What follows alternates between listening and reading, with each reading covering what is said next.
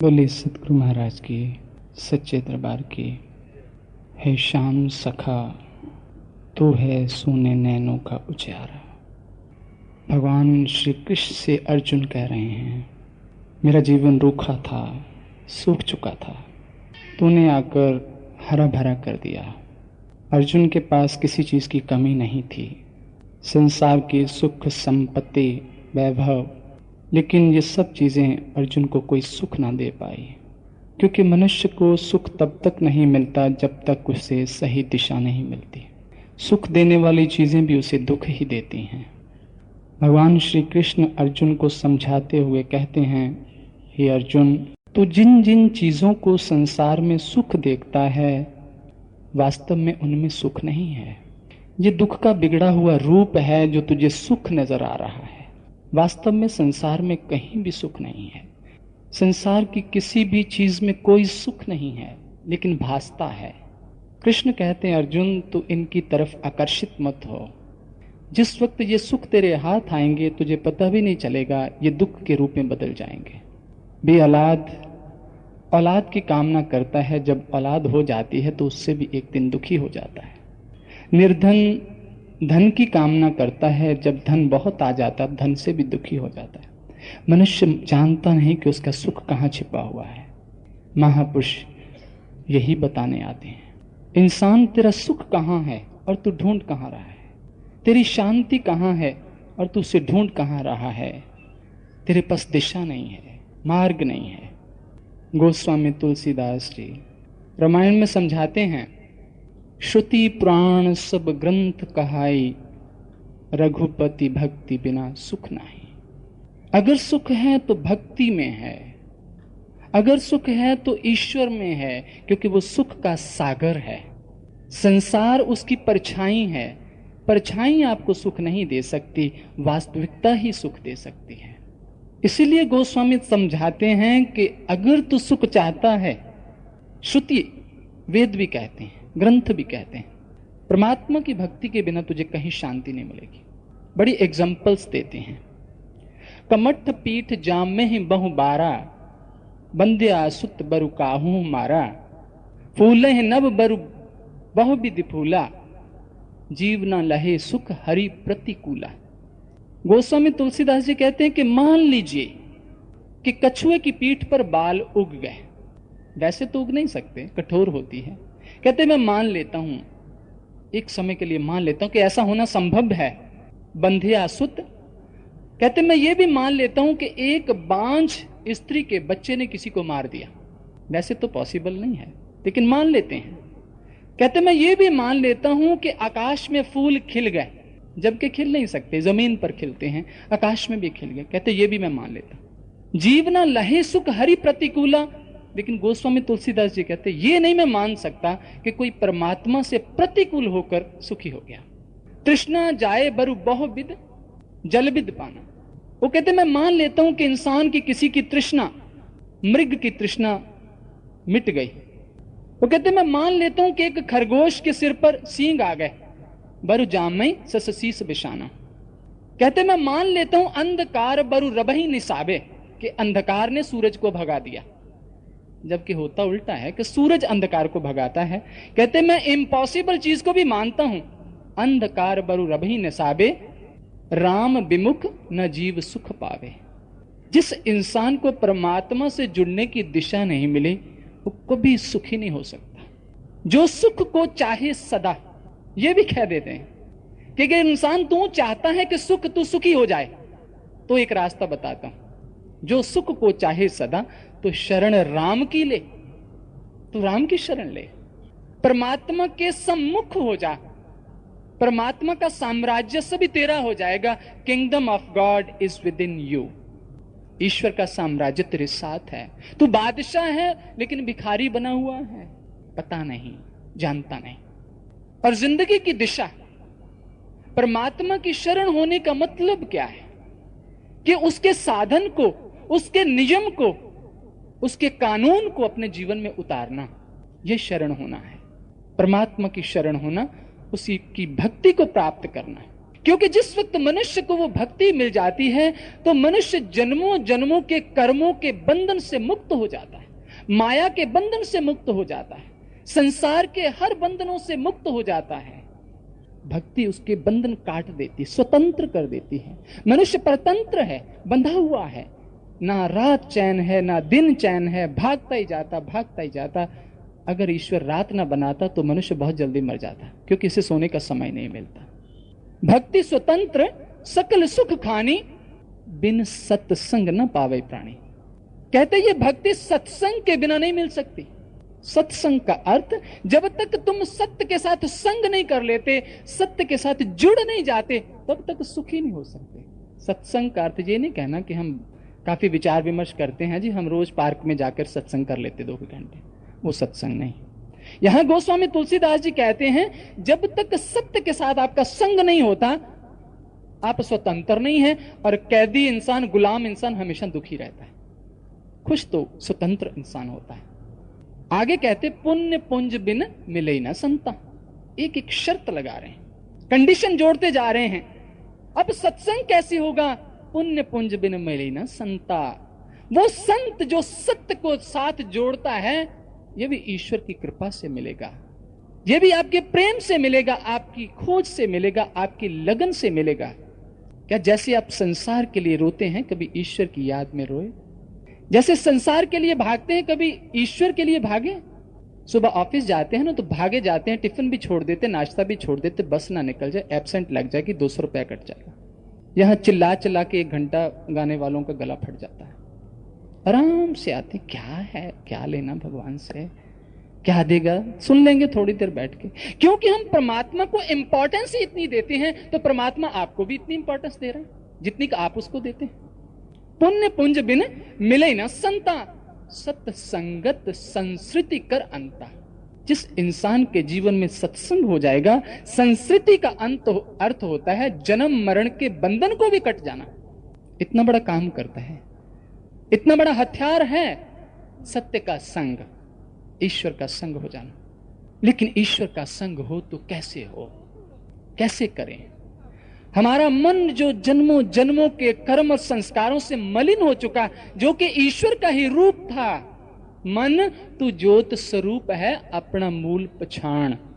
तू परमात्मा का रूप था, लेकिन कर्मों के द्वारा तू इतना मैला हो गया, तेरा असली रंग ही छिप गया।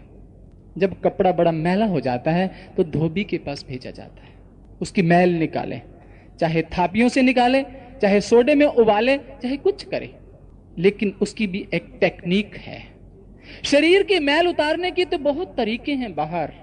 आप अच्छे से अच्छा साबुन लगाते हैं, नहाते हैं, लेकिन मन नहीं साफ हो सकता इस तरह से। शरीर को पवित्र करने के लिए आप तीर्थों पर जाते हैं, पता चाहे है या नहीं है, पर देखा देखी हम तीर्थ पर जरूर जाते हैं, जरूर कहते कि हम हर साल वहां जाते हैं। क्या मन शुद्ध हो गया? सारी जिंदगी भी वहीं रहें तब भी मन शुद्ध नहीं हो सकता। तभी बुल्ले शाह कहते, जे रब मिलदा नात्या तोत्या, तब मिलदा डडुआ बछियां, डडुआ मछियां। जे रब मिलदा जंगल बेले, तब मिलदा गौआ बछियां। वो कहते, बुल्ले शाह रब ओनू मिलदा नीता जिन्हां दियां सच्चियां। मिलता किसे है? अरे नीयत को कैसे साफ करना है, मन को कैसे साफ करना, इसकी टेक्निक भी अंदर ही है, बाहर नहीं है। मन को धोने का, शरीर को धोने के तो बाहर बहुत तीर्थ हैं, लेकिन मन को धोने का तीर्थ कहां? एक बार कोई तीर्थ जा रहा था, रास्ते में कबीर बैठे थे, पूछ लिए कहां जा रहे हो? तीर्थ जा रहा हूं महाराज, आप भी चलिए। वो कहते मेरे पास तो टाइम नहीं है। ये एक तुमड़ी है, तुमड़ी जानते होंगे, तुम्मा बोलते हैं पंजाबी, बड़ा कड़वा होता है जहर की तरह। कहते इसको ले जा, इसको भी तीर्थ स्थान करवा, नहा। कहते ठीक है, ले गया, पानी में, गंगा के पानी में 10-20 मिनट रखा, खूब अच्छी तरह ले आया।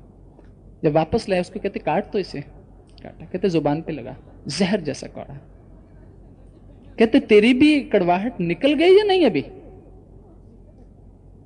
इसके अंदर से कड़वाहट नहीं निकली।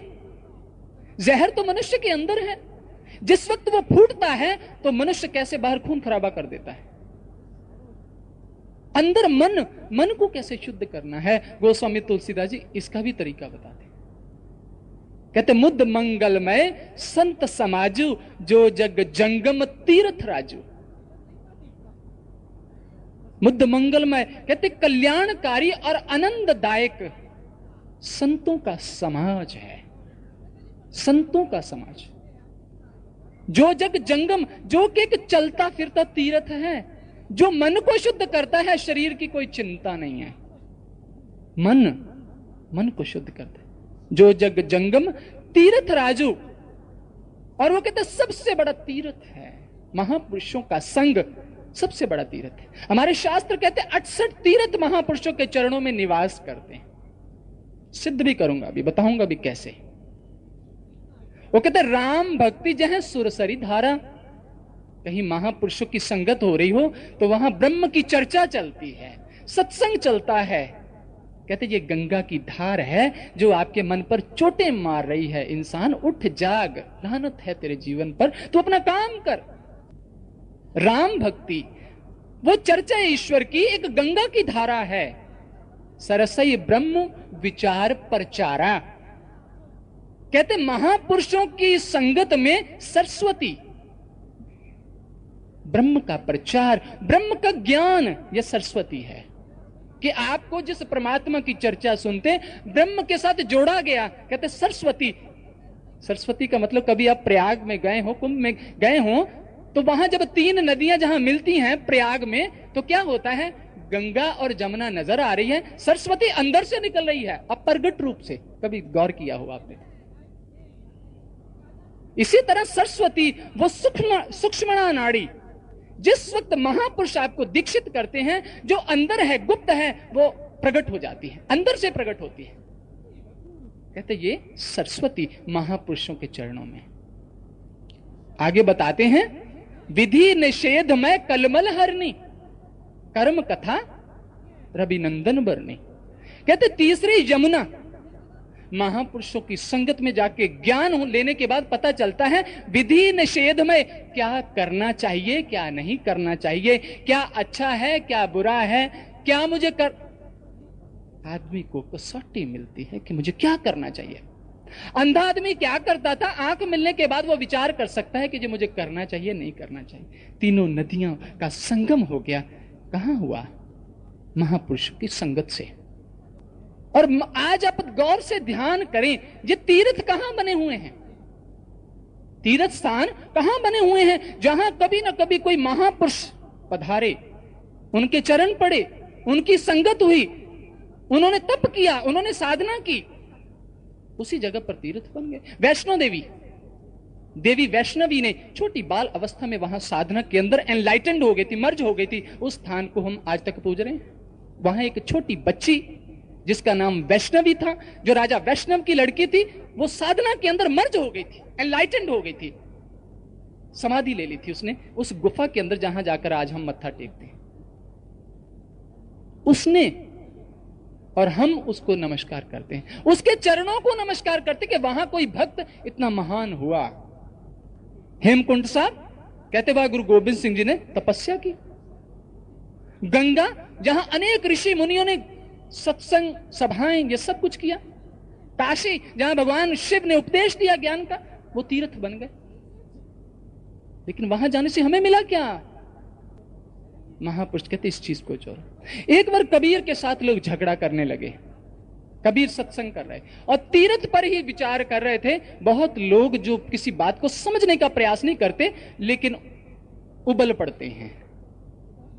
कबीर को कहते, कबीर साहब आप तीर्थों का खंडन कर रहे हैं? कहता बिल्कुल नहीं, मैं तीर्थों का खंडन नहीं। खंडन तो महापुरुष करते ही नहीं किसी का, खंडन तो झूठ का होता है, सच का कोई खंडन थोड़ी होता है। वहां कबीर साहब एक श्लोक उच्चारण करते हैं, झगड़ा एक नबेड़ो राम। ये परमात्मा, ये बड़ी दुविधा होगी संसार में, ये झगड़ा को खत्म करो। झगड़ा एक नबेड़ो राम, जो तो को अपने जन से है काम। झगड़ा कौन सा? कहते मन बड़ा या जास्यो मन मान्या। परमात्मा मन बड़ा है या वो चीज बड़ी है जिस द्वारा आपका मन प्रभावित हो जाता, मन मान जाता है। आप ही बताइए कौन सी चीज बड़ी हुई दोनों से? मन बड़ा या वो चीज बड़ी जिसके द्वारा आपका मन प्रभावित हो गया? वो चीज बड़ी हुई ना, मन तो ना बड़ा हुआ ना। ऐसी चीज के अंदर आकर्षण था, आपके मन को प्रभावित कर दिया। दूसरी जगह कहते राम बड़ा या जिन राम जाने। कहते राम बड़ा है जब वो बड़े हैं जिन्होंने राम को जाना। कौन बड़े हुए? सोचो कौन बड़े हुए? जिन्होंने राम को जाना, जिन्होंने जान के राम की कीर्ति को फैलाया, राम की महिमा को फैलाया। बड़े तो वो भक्त हैं।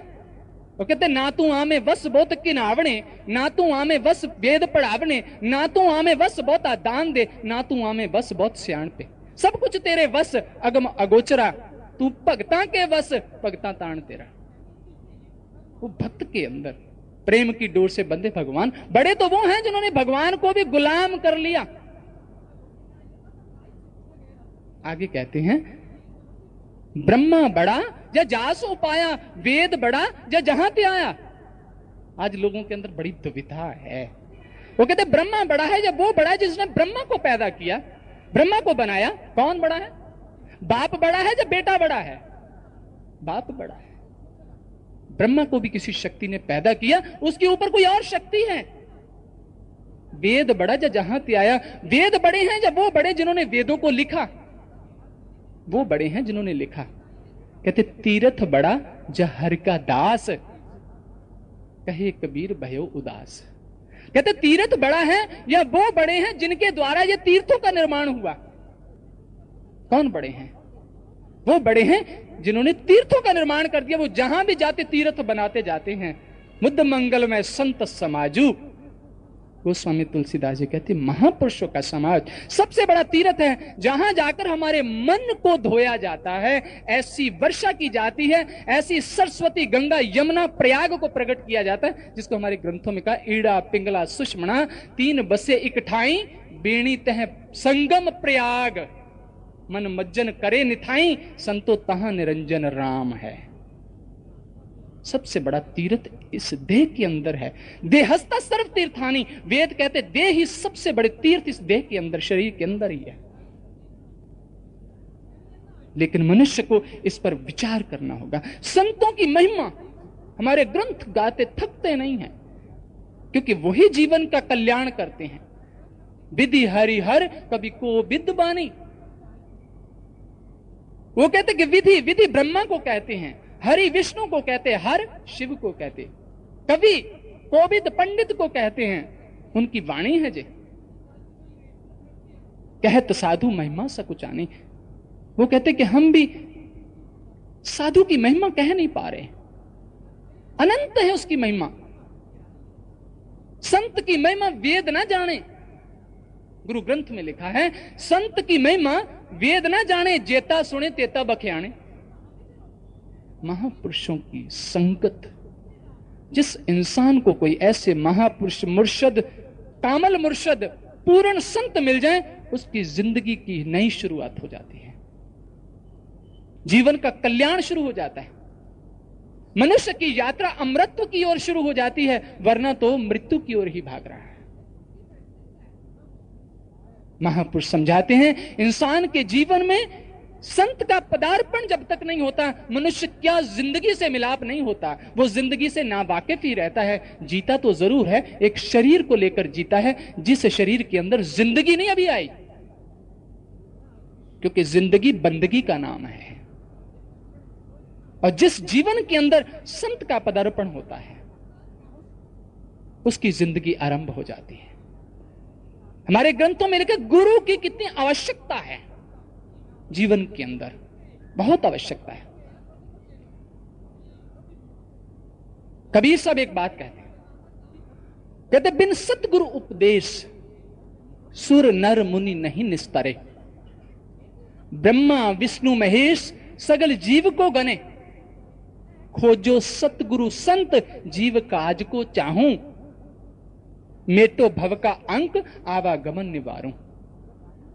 इससे स्पष्ट और क्या बोले, इससे ज्यादा और क्या कहें। हम ही विचार ना करें तो कसूर किसका है। वेद कुतेब कहो मत झूठे, झूठा जो ना विचारे। जो विचार नहीं करता, वो कहते कि बिना संत के सानिध्य के, बिना महापुरुषों की शरण से सुर नर मुनि नहीं निस्तरे। चाहे कोई देवता, चाहे मुनि, नारद मुनि सर्व वेदों शास्त्रों के प्रकांड ज्ञाता और विद्वान थे, लेकिन बड़ा तप किया, बहुत तप किया। इतना तप किया कि कामदेव उसके चरणों में आके गिर गया, कामदेव को जीत लिया। जिस वक्त नारद देखते हैं कि मेरे अंदर इतनी शक्ति आ गई, कामदेव मेरे चरणों में गिर पड़ा, जिस कामदेव को भगवान शिव को जलाना पड़ा, भगवान शिव ने उसको खत्म किया कामदेव को, आज वो कामदेव मेरे चरणों में पड़ा, मेरी शक्ति तो शिव से भी महान है। अहंकार आ गया। भगवान विष्णु लीला रचते हैं, मुंह बंदर का बना देते हैं उसका, स्वयंवर में जाता है, अपमान होता है, सारी तपस्या भंग हो जाती, सारा तप उसका भंग हो जाता, क्षीण हो जाता है। उसे समझ आती कि मैं क्या अपराध कर दिया, मैं कितनी बड़ी गलती कर दी। क्यों गलती कर दी? क्योंकि मार्ग दिखाने वाला नहीं था कोई, उसके पास आई शक्ति का गलत प्रयोग हो गया। जाता है सनत कुमार के पास, चरणों में गिर पड़ता है कि मुझे वो मार्ग दीक्षा दो, मुझे वो आत्मा का ज्ञान दो। वो कहते तुम क्या जानते हो? प्रश्न किया नारद से, तुम क्या जानते हो? कहते कि मैं चारों वेद, इतिहास पुराण, पंचम वेद, धनुर्वेद, ज्योतिष, मंत्र वेद और संगीत कला, नीति शास्त्र, निधि शास्त्र, तर्क शास्त्र, ये सब मैं जानता हूं। कहते तू तो बहुत कुछ जानता है। कहते महाराज मैं शास्त्रज्ञ जरूर हूं, लेकिन आत्मज्ञ नहीं हूं। शास्त्रों का पठन तो किया, लेकिन वो मेरी बर्बादी का कारण बना, क्योंकि मेरी आत्मा के अंदर वो ज्ञान प्रकट नहीं हुआ। मुझे दीक्षा दो, मुझे ज्ञान दो। सनत कुमार उसे दीक्षित करते। नारद मुनि जो ब्रह्मा के पुत्र थे, गुरु की जरूरत पड़ी। सुर नर मुनि नहीं निस्तरे, ब्रह्मा विष्णु महेश सगल जीव को गने, समस्त जीवों को ये उपदेश दे रहे हैं ब्रह्मा विष्णु महेश। खोजो सतगुरु संत, किसको कह रहे हैं? हमित को तो कह रहे हैं। खोजो सतगुरु संत, जीव काज को चाहूं। अगर तू अपना काम बनाना चाहता है, अगर तू काम संवारना चाहता है, तो खोज ले ऐसा सतगुरु कर मेरी जिंदड़ी जित मिले जापे राम। खोज और मेटो भव का अंग आवागमन निवा, और तेरा आवागमन छूट जाए। समस्या तो ये है कि तू कैसे छूटे। और गुरु नानक एक जगह कहते हैं, लख पीर पैगंबर औलिया, लख काजी मुल्ला शेख, किसे शांति ना पाइए बिन सतगुरु के उपदेश। कोई काजी मुल्ला, कोई औलिया, पैगंबर, कोई भी हो, लेकिन गुरु के ज्ञान के बिना जीवन का कल्याण नहीं हुआ। साईं बुल्ले शाह प्रकांड विद्वान, सिद्धियां, शक्तियां, बहुत कुछ था, बड़ा सैयद कुल। लेकिन एक दिन कोई जाकर कहता है, 12 पाक कीते की हुंदा। बुल्ले शाह, ओ बुल्लिया, 12 पाक कीते की हुंदा, जब तक अंदरों गई ना पलीती। अंदर की मैल तो अभी भरी पड़ी है, बाहर से तो सबको बहुत शोभता है, जब तक अंदरों गई ना पलीती। बिन कामल मुर्शद बुल्लिया, तेरी ऐमे गई इबादत कीते। कामल मुर्शद कह रहे पूर्ण संत, पूर्ण सतगुरु। सतगुरु के बिना बुल्ले शाह तूने इतनी इबादत की है, इतना कुछ जाना, लेकिन ऐसे ही बेकार गई। बुल्ला शौदी सुनो हकायत, हादी फड़िया हुई हदायत, साईं मेरा शाह अनायत। बुल्ले शाह जाते हैं, खोज करते हैं। हजरत शाह अनायत जो माली थे, नीच जात के थे। सैयद बुल्ले शाह बहुत ऊंची जात का था, विद्वान था, उसका गुरु अनपढ़ था। चरणों में जाकर दीक्षा की भीख मांगता है। बुल्ले शाह उसके पास जाते हैं और जाकर दीक्षित होते हैं। और दीक्षित होने के बाद वो संसार में अपना संदेश देने निकल जाते हैं। अपनी वाणी में लिखते हैं, नाव विच मसीते रहंदा, नाव खाना काबे, नाव विच कुरान कतेबा, नाव विच नमाजे, ना मैं ओनू तीरथ डिठा, एवें पैंडे चागे। बुल्ले शाह जद मुर्शद मिले मुक गए सब तका दे। कहते मेरे अंदर जो वहम भरम, जो आज तक जिसके अंदर मैं डूबा हुआ था, जब मुर्शद मिला, ज्ञान मिला, मार्ग मिला, दिशा मिली, सब शिकायतें दूर हो गई।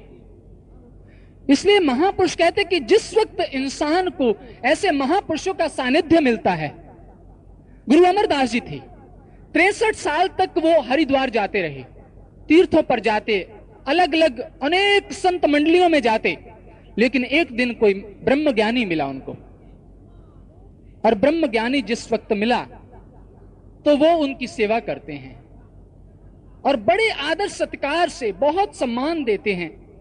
तो वो महापुरुष पूछते हैं कि अरे तेरा गुरु कौन है? कहते महाराज मेरा गुरु तो नहीं है, मैंने तो अभी तक गुरु किया नहीं। तो वो महापुरुष कहते अरे तू निगुरा है, तेरा गुरु नहीं है, तू अभी तक अनाथ है। ओहो, तूने तो हमारा धर्म भ्रष्ट कर दिया। निगुरा हमको ना मिले, पापी मिले हजार, एक निगुरे के शीश पर लख पापियों का भार, कबीर कहते हैं। यहां से चोट लगती है अमरदास जी को, उन्हें पता चलता कि अभी तक तो मेरी यात्रा ही शुरू नहीं हुई। चल पड़ते हैं, उदास हैं, क्या करूं, कहां ढूंढूं। इतने में एक उनके रिश्तेदारी के अंदर बहू थी, वो एक शब्द गाती हैं, गुरु ग्रंथ साहब के अंदर अंकित है।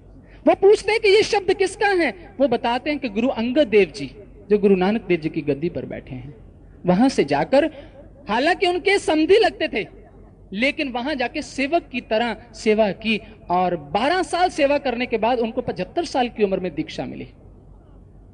महापुरुष कहते कि ज्ञान के बिना कल्याण नहीं है, खोजना पड़ेगा, इसके बिना और कोई मार्ग नहीं है, खोजना पड़ेगा। सतगुरु को, परमात्मा को कभी नहीं खोज पाओगे। कोई अंधा इंसान निकलता है कि मैं प्रकाश की खोज कर रहा हूं, कभी प्रकाश को पा नहीं सकता, उसकी खोज गलत है। अगर उसे खोज करनी है तो ऐसे डॉक्टर की करे जो उसकी नजर बना दे। प्रकाश तो हमेशा उसके साथ है, परमात्मा तो हमेशा साथ है। जरूरत है तो खोज करनी सतगुरु की करो, जो आपको आंख देके आपके अंदर ही दिखा दे कि ये राह तेरे पास ही है, तेरे पास ही है, कहीं दूर नहीं है। लेकिन अगर हम अंधों की तरह ही चलते रहेंगे, जैसे भाई गुरदास कहते हैं, जैसे रूप रंग बिद पूछे अंधा अंधे प्रति, आप ही ना देखे ताहे कैसे दिखावई। कोई अंधा इंसान किसी अंधे के पास ही जाता है, अपने चेहरा नैन नक्श उससे पूछता है, वो क्या बताएगा? किसी आंख वाले के पास जाता तो वो बता देता। मार्ग पूछने जाते हो जो खुद भी नहीं जानते, उससे मार्ग पूछो जो जानता है और जो जना भी देगा। लेकिन आज दुनिया के अंदर ऐसा भी है, लोग खुद मार्ग नहीं जानते लेकिन लोगों को रास्ता जरूर दिखा रहे हैं। पंडित और मशालची इनको सूझे नाही, औरों को करे चांदना आप अंधेरे माही। दुनिया को जरूर रोशनी देते हैं।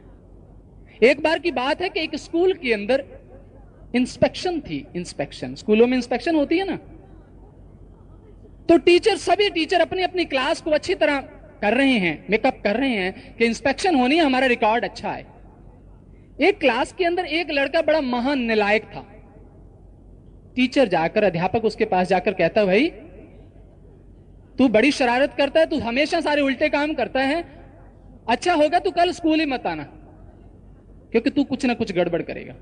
वो कहता, नहीं अध्यापक जी मैं नहीं करता, श्रीमान मैं नहीं करता। वो दूसरे दिन आया, बड़े शांत होकर सब बैठे, इंस्पेक्टर भी आया इंस्पेक्शन करने। अचानक इंस्पेक्शन करने उसी क्लास में पहले चला गया। किताब टेबल पर पड़ी थी, किताब देखता है। जैसे किताब खोली तो उसमें एक लेसन था रामायण का। उसी लेसन से वो एक प्रश्न पूछता है कि बच्चों आप बताओ कि शिव का धनुष किसने तोड़ा? वो लड़का जो था वो डरता डरता उठा और उठकर कहता, श्रीमान जी मैंने नहीं तोड़ा। वो हैरान हो गया, पास जाता है, गुस्से से पूछता है, मैं पूछ रहा हूं शिव का धनुष किसने तोड़ा? कहता, महाराज सच कह रहा हूं, श्रीमान जी सच कह रहा हूं, मैंने नहीं तोड़ा, किसी और ने तोड़ा होगा, मैंने ये नहीं तोड़ा, बाकी कई कुछ मुझसे टूट जाता लेकिन ये मैंने नहीं तोड़ा। उसका गुस्सा और बढ़ गया। वो उसके टीचर की ओर जो पास ही खड़ा था उसकी ओर घूर कर देखता है कि मैं इससे पूछ रहा हूं शिव का धनुष किसने तोड़ा?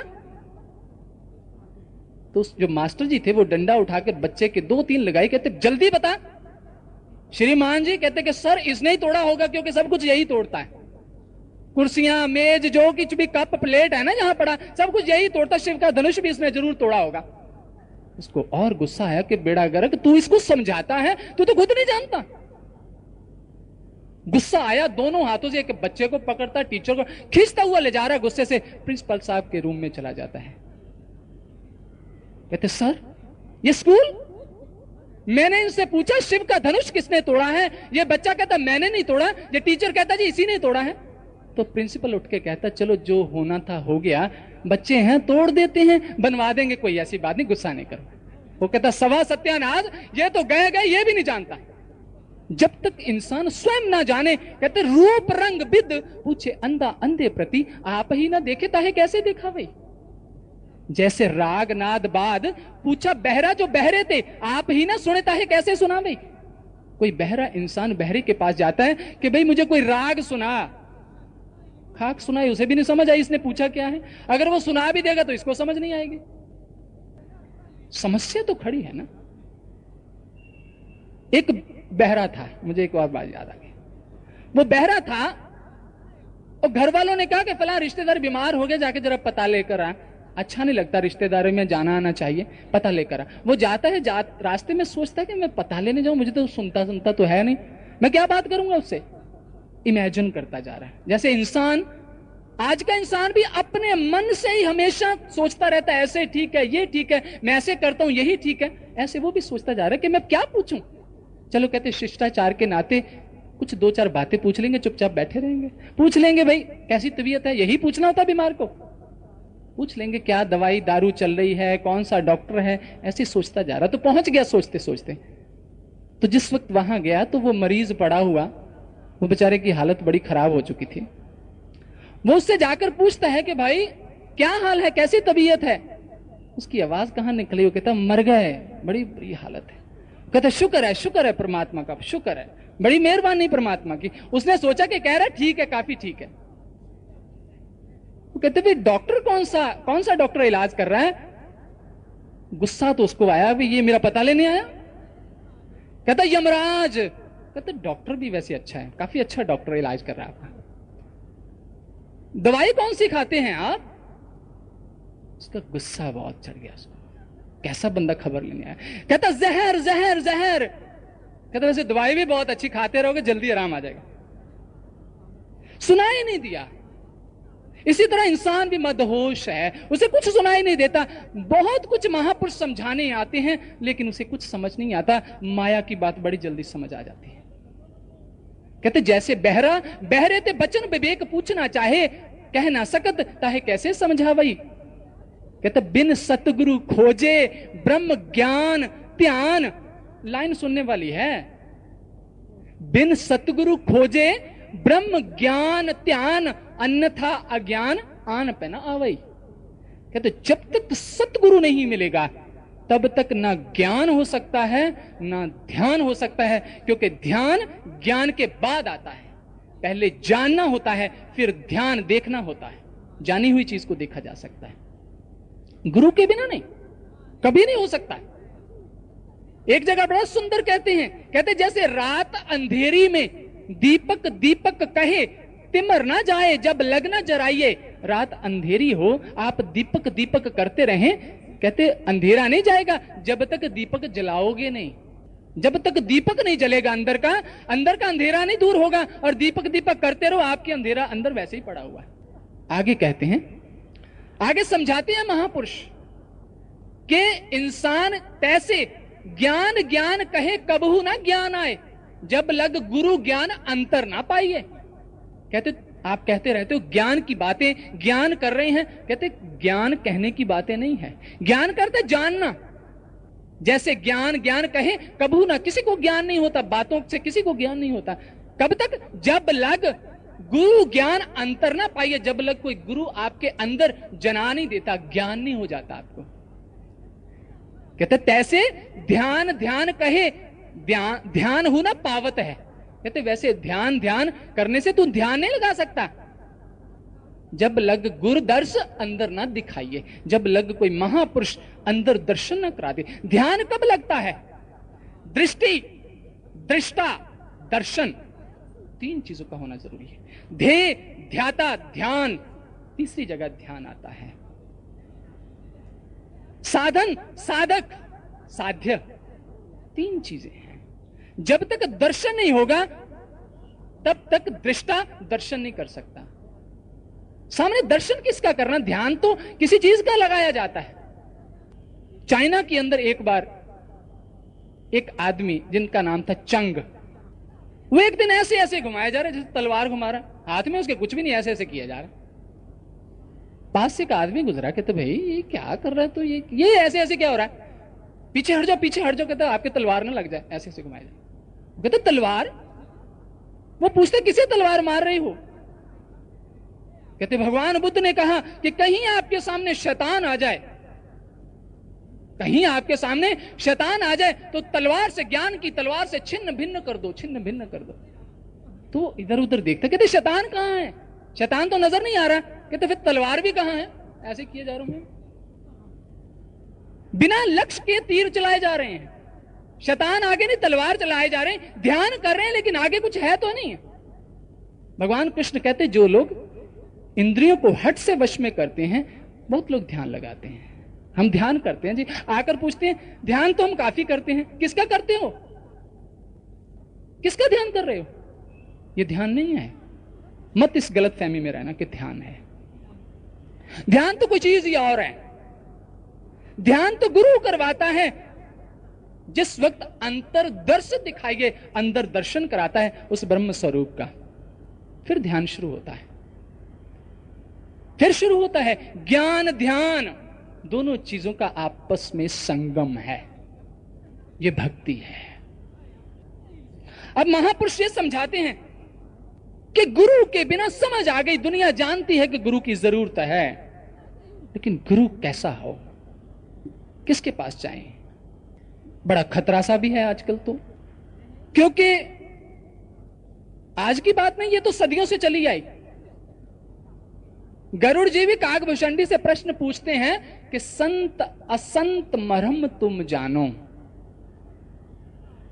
संत और असंत में आप फर्क जानते हैं? महाराज मुझे बताइए संत और असंत में फर्क क्या होता है? इसका मतलब असंत त्रेता युग में भी थे। भाई आज तो कलयुग है, आज तो संतों की बाढ़ आई हुई है, बाढ़, संभाले नहीं जा रहे। हर इंसान ये वस्त्र पहन लेता संत बन गया। बड़ा आसान है संत बनना, उनको पता ही नहीं द डेफिनेशन ऑफ द संत है क्या, परिभाषा क्या है। कपड़े पहन लेने से कोई संत नहीं बन जाता। पुलिस की वर्दी पहन लेने से कोई चोर पुलिस नहीं बन जाती। कोई चोर पुलिस की वर्दी पहन ले तो वो पुलिस का आदमी जिस दिन हाथ चढ़ गया तो जेलों के पीछे जाएगा। नकली नोट जब चलते हैं, पहले तो बहुत चलते हैं, पर किसी पारखू के हाथ में आ जाएं, उग्र अंत न होए निबाहो। गोस्वामी तुलसीदास जी कहते हैं कि जब ये भेद खुलता है, आज पेपरों के अंदर यही तो आ रहा है। लोग फिर शर्माते हैं, बताते नहीं कि हम भी इनके चेले थे, मुंह छुपाते हैं। संसार के अंदर नेकी बदी हमेशा चली आई। महापुरुष संसार में आए, वो यही बताने आए सच क्या है, झूठ क्या है, क्या करना है। वो किसी की निंदा करनी नहीं आए। वो किसी आधार को लेकर, कसौटी को लेकर, शास्त्र के आधार को लेकर चलते हैं, मनमानी बात नहीं करते, ताकि हमें पहचान हो कि गुरु करना है तो कैसा करना है, गुरु कैसे करें, जानना होगा इस चीज को। कहते जो खुद भी जुड़ा हो और हमें जोड़ दे उसके साथ, उस आत्मज्ञान से जोड़ दे, गुरु की पहचान। लेकिन गुरु की पहचान कभी बुद्धि से मत करना, धोखा खा जाओगे। बुद्धि से तो कर रहे हैं आज दुनिया, देखो बुद्धि कितना रश। कहते जी बड़ी भीड़ है जी, बड़ी भीड़ है। मैं कहा जाके वो शराब के ठेके पर देख लिया करो, शाम को 7 बजे बड़ी भीड़ होती है। भीड़ पहचान है क्या? संतों के पीछे आज तक भीड़ हुई? चारों युगों का इतिहास हमारे सामने साक्षी है। नहीं, सत्य के पीछे कोई विरले व्यापारी होते हैं, भीड़ नहीं होती। इंसान की चाहत भी यही है ना। सच की खोज किसे है, सच की जरूरत किसे है? दुनिया देखो मस्त दीवानी, भक्ति पाओ ना बूझे जी। कोई आवे तो बेटा मांगे पेट रुपया लीजिए जी, कोई आवे तो दुख का मारा हम पर कृपा कीजिए जी, कोई रचावे ब्याह सगाइयां संत गोसाइयां रीजे जी, सच्चे का कोई ग्राहक नहीं झूठे जगतपति जय जी। कहे कबीर सुनो भाई साधो, इन अंधों को क्या दीजिए जी, क्या दें? गुरु की पहचान बुद्धि से नहीं हो सकती, वेश से।